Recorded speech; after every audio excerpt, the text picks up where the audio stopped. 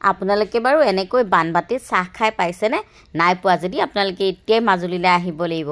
তেতিয়াহে এনেকুৱা ডাঙৰ ডাঙৰ বানবাটিত চাহ খাবলৈ পাব, তাকো ভোগপুৰ সত্ৰত। গতিকে ব'লক আজি মাজুলীলৈ যাওঁ। নমস্কাৰ, গুড মৰ্ণিং, গুড ইভিনিং। কি খবৰ আপোনালোকৰ? আশা কৰিছোঁ মোৰ নিচিনাকৈ আপোনালোক সকলো ভালে কুশলে আছে। পুনৰ এটি নতুন ভিডিঅ'লৈ আপোনালোক সকলোকে স্বাগতম জনাইছোঁ। পাপৰি বৰা মণিবৌ ফেচবুক পেজ আৰু পাপৰি বৰা ইউটিউব চেনেলটিলৈ সকলোকে স্বাগতম জনাইছোঁ। পিছে আপোনালোক কেনে আছে? মই একদম পূৰা টিপটপ। আপোনালোকে চাগে ভিডিঅ' দেখি গম পাইছে মই বৰ্তমান ক'ত আছোঁ। ঠিকেই ধৰিছে, মই আছোঁ মাজুলী, আৰু এয়া হৈছে মাজুলীৰ ভোগপুৰ সত্ৰ। আৰু এই সত্ৰত আহি পেলাই যে ইমানেই ধুনীয়া লাগিছে কি ক'ম আৰু। গতিকে আপোনালোকে নিজেই শুনক, নিজেই চাওকচোন ভিডিঅ'খিনি কিমান ধুনীয়া। আৰু আহি পায়েই দেখিছে নাই কি দিছে আমাক খাবলৈ। বা কি ধুনীয়া চাহ, তাকো কাঁহৰ বাটিত, বানবাটিত। দেখিছেনে? এবাটি মানে এক বানবাটি চাহ। এয়া সকলোকে তেওঁলোকে চাহ বিলাই গৈছে, আৰু এতিয়া আমি এয়া চাহৰ টেষ্ট ল'ম। পিছে খুব ধুনীয়া, খুব ভাল লাগিলে। লগত কি দিছে দেখিছে নাই? গোল এয়া হৈছে পকা মিঠৈ। আপোনালোকে পকা মিঠৈ চিনি পায়নে? এই চবেই পায়, আজিকালি সকলোতে আছে, হয়নে নহয়?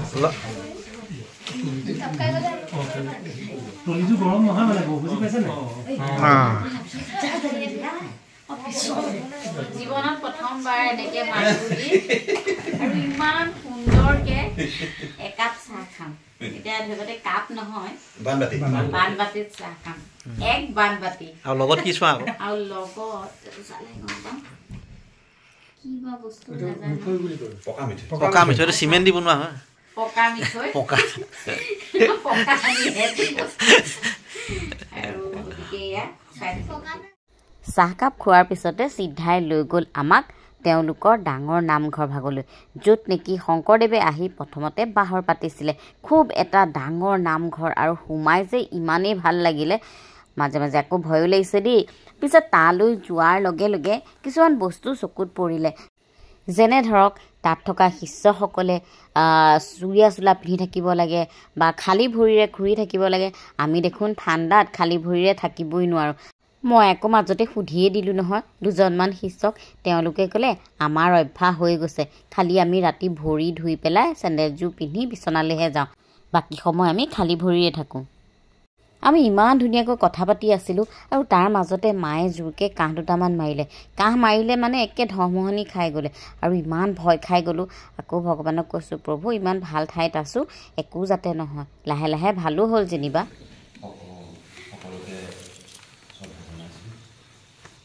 আজি আমাৰো এটা সুদিন আৰু তেখেতসকলেও এটা সুদিন।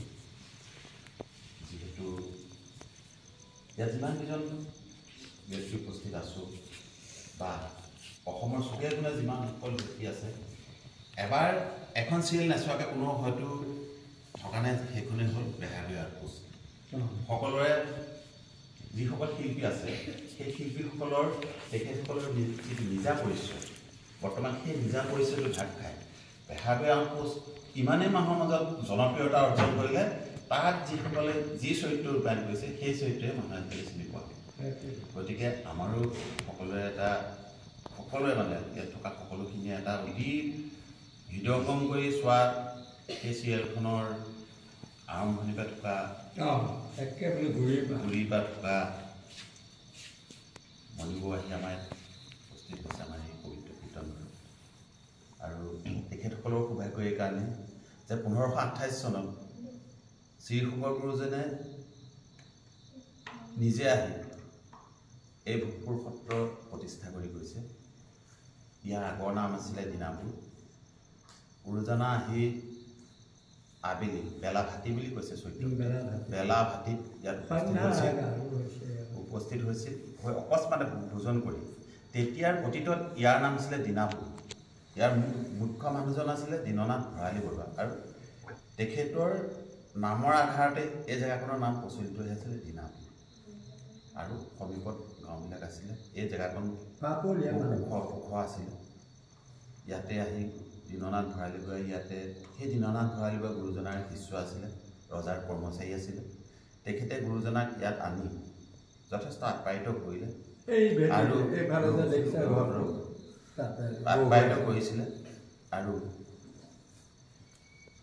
সময় অতীত তেতিয়া নাৱেৰে অহা যোৱা কৰে ওচৰতে এখন তুলি নদী আছে যিখন অতীতৰ নাম আছিলে বশিষ্ঠ গংগা সেই বশিষ্ঠ গংগাই গুৰুজন গুৱাহাট বেলগুৰিৰ পৰা এপিনে উজাই আহি গড়গাঁৱলৈ যাত্ৰা কৰিছিল আৰু সেই বশিষ্ঠ গংগাত এদি আহি তাই ঘাটতে নাও ৰাখে ইয়াত ভোজন কৰি গধূলি হৈছিল গধূলি বেলা হোৱাত ইয়াতেই ৰাতিটো জোৰাইছিল সেইকাৰণে চৈত্যপুথিত উল্লেখ আছে সত্ৰৰ ইতিহাসত উল্লেখ আছে শ্ৰীশংকৰ গুৰুজন ইয়াত এৰাতি থাকি ভোজন কৰি এই সত্ৰত পাছা দিনা যেতিয়া ইয়াৰ সমীপৰ ভক্তসকল গোট খাইছিলে তেতিয়া ক'লে যে আমি অকস্মাতে আহিলোঁ ইয়াত জেগাখন যথেষ্ট ভোগালী আৰু ৰাতি আমি সপোনত সমাজ কৰি বুলি কৈছে সপোনত আমি এই কথা আমি গম পালোঁ যে এই জেগাখন আগতে যথেষ্ট পুণ্যভূমি আছিলে এই জেগাখনত আগতে বশিষ্ঠমুনি আশ্ৰম আছিলে বশিষ্ঠমুনি আশ্ৰমৰ তেতিয়াই ৰাম নামৰ পোহাৰ মেলিছিলে আৰু এতিয়া আমি আহি ইয়াত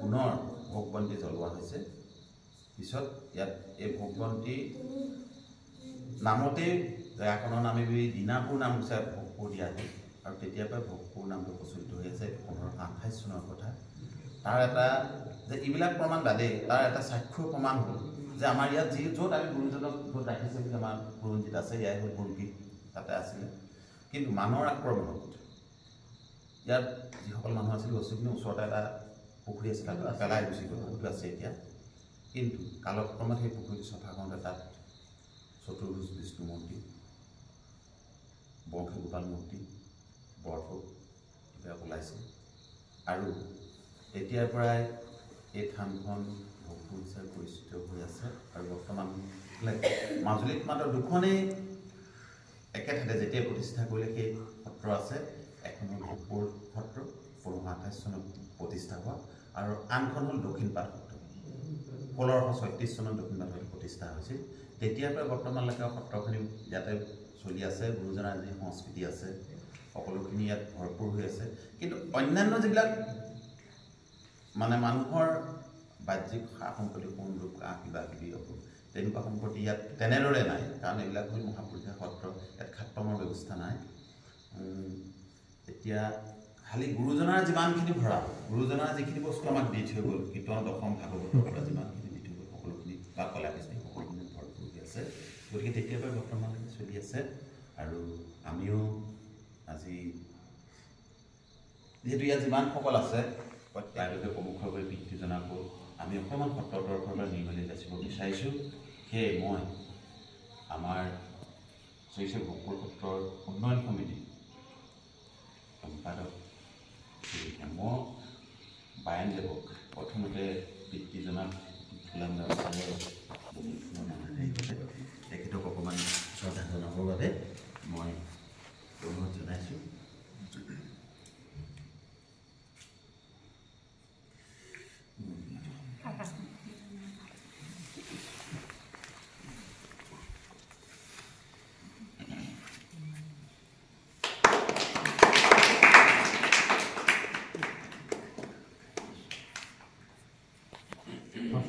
নিজকে বৰ ধন্য ভাবিছোঁ আপোনালোকৰ আশীৰ্বাদ শিৰত লৈ মই যিকণ মৰম চেনেহ দিলে মোক আৰু মই সাদৰে গ্ৰহণ কৰিছোঁ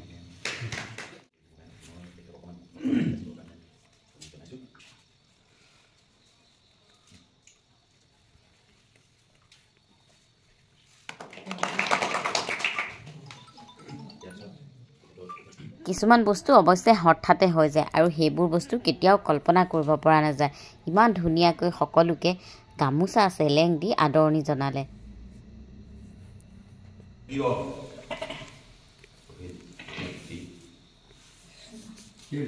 শিল্পীগৰাকী মণিগু পাপৰি বৰুৱা বৰা বৰুৱা বাইদেউ আমি তেখেতৰ ভৱিষ্যত জীৱন এনেদৰে ৰাইজৰ মাজত উৰাইটো জীৱন যাতে তেখেতে ৰাইজৰ মাজত শিল্পী সত্ৰাই সেৱা কৰি যাব পাৰে সেয়েহে আমি শ্ৰী শ্ৰী ভোগপুৰ সত্ৰৰ তৰফৰ পৰা এই গুৰুজনাই জ্বলাই যোৱা বন্তি গছিৰ সন্মুখত সাক্ষী কৰি তেখেতৰ উৰাইটো জীৱন যাতে ভগৱানে আগুৱাই নিয়ক তাৰ কামনা কৰি সত্ৰৰ তৰফৰ পৰা তেখেতকো এখনি গোলাম গামোচাৰে সত্ৰৰ নিৰ্মালি প্ৰদান কৰিবৰ কাৰণে মই সম্পাদকজনক অনুৰোধ জনাইছোঁ প্ৰথমতে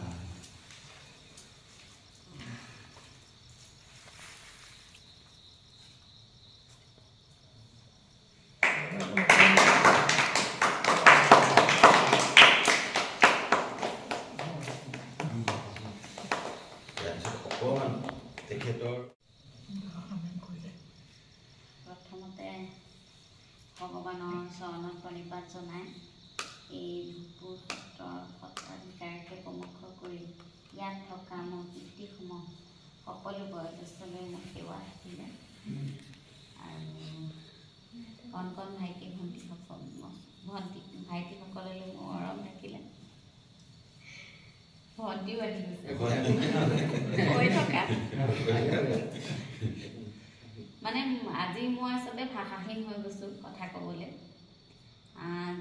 প্ৰথম মাজুলী মোৰ জীৱনত ইয়াৰ আগত এবাৰ আহিছিলোঁ তেতিয়া ৰাস কৰিবলৈ আহিছিলোঁ আৰু তেতিয়া মই আছিলোঁ বালি চাপৰি ফালে তেতিয়া সৌভাগ্য নিমিলিলে হয়তো ভগৱানে মাতিব লাগিব কথা এষাৰ আছে এইবাৰ মোক মাতিলে তেওঁ আৰু মই আহিলোঁ অহাৰ পৰা মানে যিমানখিনি মৰম চেনেহ আদৰ পাই আছোঁ মই মানে একদম সত্ৰৰ ভিতৰৰ চৰা কিন্তু বহুত ডাঙৰ মানে এৰিয়াটো ডাঙৰৰ কথা কৈছোঁ আৰু প্ৰত্যেকৰে দীঘল দীঘল বহা আছে যেনেকৈ আমাৰ ৰুম ঘৰ বুলি কওঁ ঠিক তেনেকৈ তেওঁলোকে তাত বহা বুলি কয় আৰু দীঘলীয়া দীঘলীয়াকৈ দুইফালে বহা আছে আৰু একোজন বহা 3জন 4জনকৈ শিষ্য থাকে আৰু তেওঁলোকে তাতেই পঢ়া শুনা কৰে পঢ়া শুনা কৰি কিছুমান সত্ৰতে থাকি যায় আৰু কিছুমান ঘৰলৈ উভতি আহে কিন্তু তেওঁলোকে খুব ডাঙৰ ডাঙৰ ডিগ্ৰী লয় তাতে বেছিভাগে তাত পাৰফৰ্মিং আৰ্টছৰ ওপৰতে অধ্যয়ন কৰে আৰু তেওঁলোক বহুত জ্ঞানী বহুত টেলেণ্টেড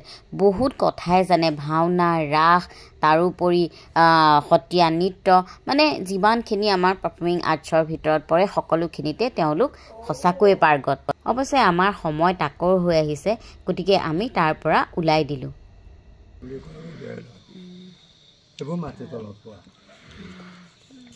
অস্ত্ৰখন দেখুৱাওকচোন আৰু কৈ এবাৰ লাখুটি দুটা হয়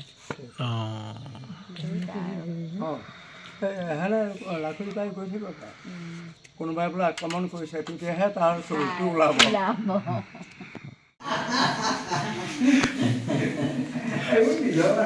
নিজৰ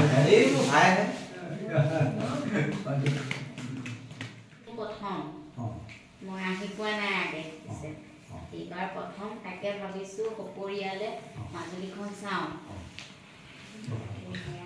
মাজুলীলৈ আহোঁতে আহিব নোৱাৰে ঘপককৈ ইয়াতে তোমাক শূন্য লাগে হয়নে গতিকে মানুহ সেৱা কওঁতে ৰাইজে আশীৰ্বাদ দিলে মানুহৰ এই আশীৰ্বাদৰ ফলত কি হ'ল যে মাজুলীলৈ আহিবলৈ গতিকে প্ৰথমতে মানুহক আকৰ্ষণ কৰিবলৈ হ'লে এই জন্ম কথা নহয় পূৰ্বজন্ম বা কিবা এটা লাগিব মই ইয়াতে 12 বছৰলৈ হয়নে মোক মতাই বিচাৰিলোঁ মই ইয়ালৈ অহাৰ কাৰণে যিখিনি আধ্যাত্মিকতাৰ কথা জানিছোঁ বাকী তিনিজনে নাজানে মোৰ ঘৰ যোৰহাটত আৰু গুৱাহাটীত এনেধৰণৰ যিখন ঘৰ আছে ভাইটিও আছে মোৰো আছে মোৰো অকণমান তেওঁলোকে বনাই দিছে গতিকে গোটেই কথাটো ক'লে কি যে এই মাজুলীলৈ মানুহ আহোঁ বুলি আহিব নোৱাৰি ইয়াতে পুণ্য লাগিব মাকৰ বহুত ভাগ্য কেলৈ যিয়ে ধৰ্মটো অকল যে আৰু ৰামকৃষ্ণ বুলিয়ে নহয় মানুহৰ বিভিন্ন প্ৰকাৰৰ ধৰ্ম আছে গতিকে কাম কৰাৰ যোগেদি আমি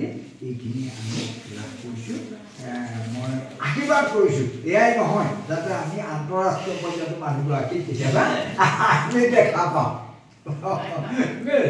আৰু দেখা পামে ধুনীয়া ধুনীয়া ৰাইজে সকলোৱে আহিছে ইয়ালৈ গতিকে কি চাই আহিলে কথা দেখা কৰে মাজে মাজে অলপমান ধৰ্ম মন্দিৰবিলাক গৈ থোৱা এটা এনেকৈ কৰিলে আপোনালোকে ভিডিঅ'সমূহ চাই আছেনে নাই আৰু কেনেকুৱা পাইছে জনাবলৈ নাপাহৰিব মানে এইকেইদিন আপোনালোকে মাজুলীৰে ভিডিঅ' পাই থাকিব খুব ধুনীয়া ধুনীয়া আপোনালোকক জেগাসমূহ দেখুৱাম আৰু ইমান পৰে যে ইমান ধুনীয়া ধুনীয়া কথা কৈ আছে তেওঁ কোন জানেনে ভোগপুৰ সত্ৰৰ গোসাঁই ঈশ্বৰ বৰ মৰম লগা আৰু বিৰাট ধুনীয়া ধুনীয়া কথা কৈ ইমান ধুনীয়াকৈ আমাক আশীৰ্বাদ দিলে আৰু এই চেগতে গোসাঁইলৈ আকৌ এবাৰ সেৱা জনালোঁ কিবা দৰ্শন হ'ব জনপ্ৰিয়তা অৰ্জন কৰিব পাৰিব মনৰ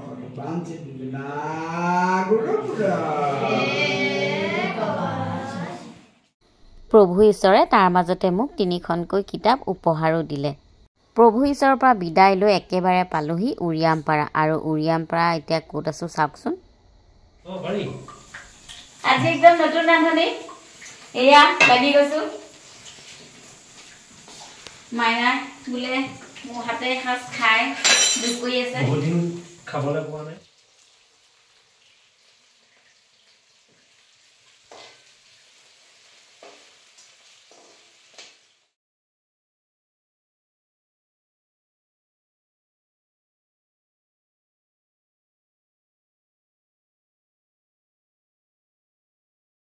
এইটো মাইনা টেষ্ট কৰিছে, কেনেকুৱা পাইছা? তুমি বনালা কি এইটো? ৰাইজক প্ৰথমতে বেঙেনা দিবা নি? ইফালে দেখোন এইফালে বনি আছে লোকেল চিকেন। এনাৰ্জি থকা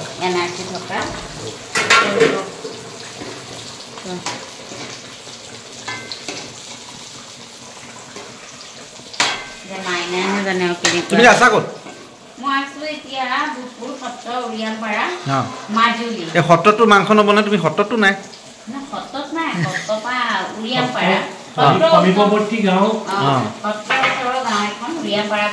উৰিয়ামপাৰা এই ঘৰ তোমাৰ কি হয়?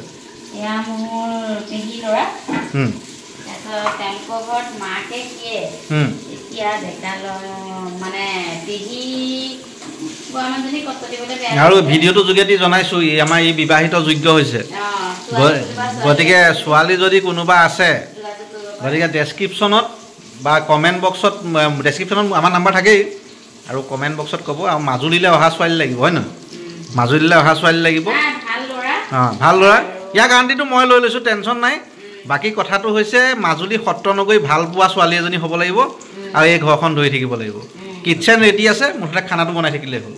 ঠিক আছে। বৌয়ে মোক কৈছে মাংস কেনেকুৱা হৈছে, কালাৰতে গম পায়।